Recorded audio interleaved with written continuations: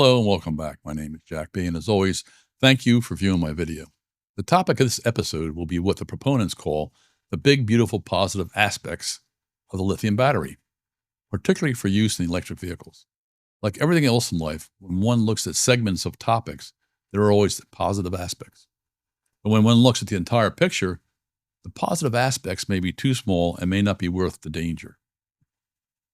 The proponents of lithium batteries and electric vehicles preach that the essential raw materials in lithium batteries are infinitely recyclable because they don't degrade. It is true the basic raw materials do not degrade. The basic materials are lithium, cobalt, nickel, and copper. These materials do not lose their properties when recycled. Recycling these materials could create a circular economy, but the reality is that everything outside this circular economy is costly and produces toxic materials. Creating a safe, cost-effective, and efficient process for recycling remains a challenge due to factors such as varying battery formats, rapid technological changes, and the high cost to use recycled material versus virgin material from extraction. While companies may be developing new methods to reduce recycling costs, they will always travel the route that gives them a higher profit margin. The issues to overcome are, number one, economic viability. It can be more expensive to recycle lithium than to extract new lithium from mines, which hinders the widespread adoption of recycling processes. Number two, technological diversity.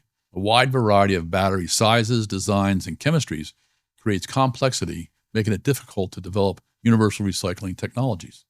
Number three, process efficiency. Recycling processes often require further steps to recover specific metals like lithium. Number four, efficiency and effectiveness still need to be improved. And number five, there are toxic byproducts and disposable issues. Clear regulations for development of battery standards, as well as tight government policies for pollution control, are crucial to driving systematic integration. Stage one for many of the recycling methods is mechanical shredding. The first step is physical separation. Batteries are shredded or ground into smaller pieces to break down the castings, plastics, and metal foils. The second step is the creation of the black mass, which is the resulting mixture of electrode materials, anodes, and cathodes. The three recycling methodologies include: number one is hydrometallurgy. Spent batteries are leached, dissolved in aqueous water-based solutions containing acid or bases to extract the valuable metals. These chemical processes, like solvent extraction and ion exchange, are used to separate and purify specific metals such as lithium, cobalt, nickel, and manganese.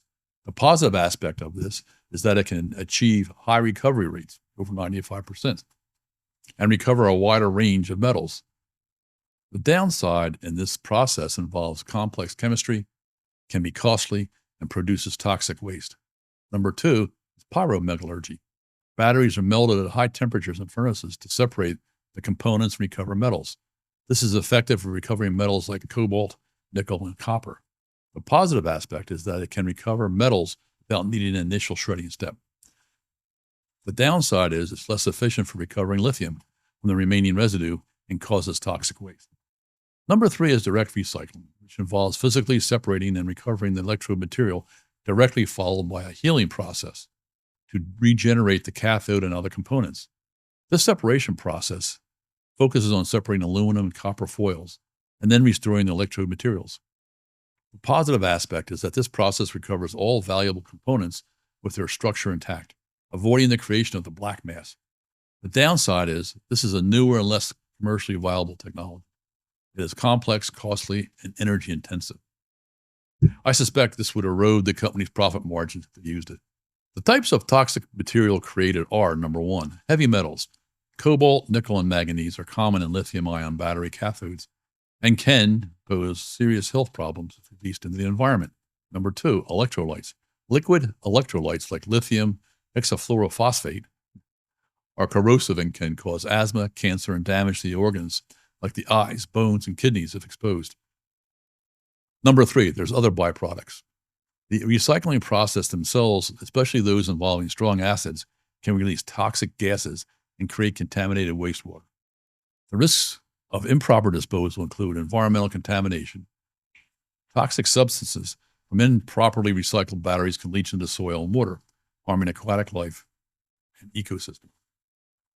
Human health hazards. Exposure to these toxic materials can lead to various health problems, including respiratory issues, organ damage, reproductive toxicity, and death. Fire hazards. Improperly stored or damaged lithium batteries can ignite, causing fires during collection, transportation, or storage.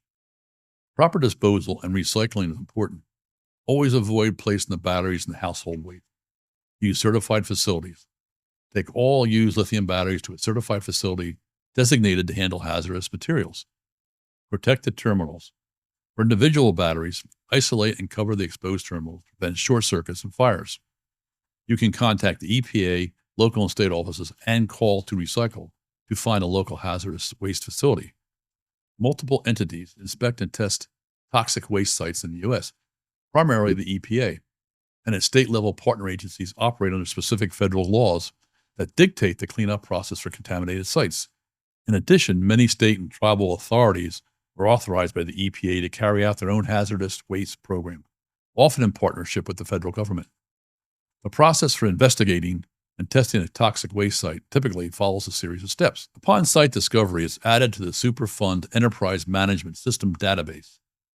And there's a preliminary assessment. The EPA or state agency reviews existing information to see if the site poses a potential threat. Minimal new data is collected at this stage. Then there's the site inspection. If the preliminary assessment finds a potential threat, a more comprehensive inspection is performed. This includes collecting samples of air, water, and soil to determine the types and concentration of hazardous materials. Hazardous ranking system. The sampling of data is used to score the site based on the potential threat to human health and the environment. Sites with high enough scores are placed on the national priorities list. Then there's the remedial investigation, feasibility study. A detailed investigation is conducted to determine the full extent of the contamination and evaluate the potential cleanup methods. And there's ongoing monitoring. After cleanup, sites are monitored to ensure the remedies remain effective and protective of human health and the environment. Chargeable, non-chargeable lithium batteries are found in all EVs and all offices, industries, medical, and households. They're everywhere. For our own health and safety, each of us ought to take the lead in our environment to ensure proper use and disposal of lithium batteries.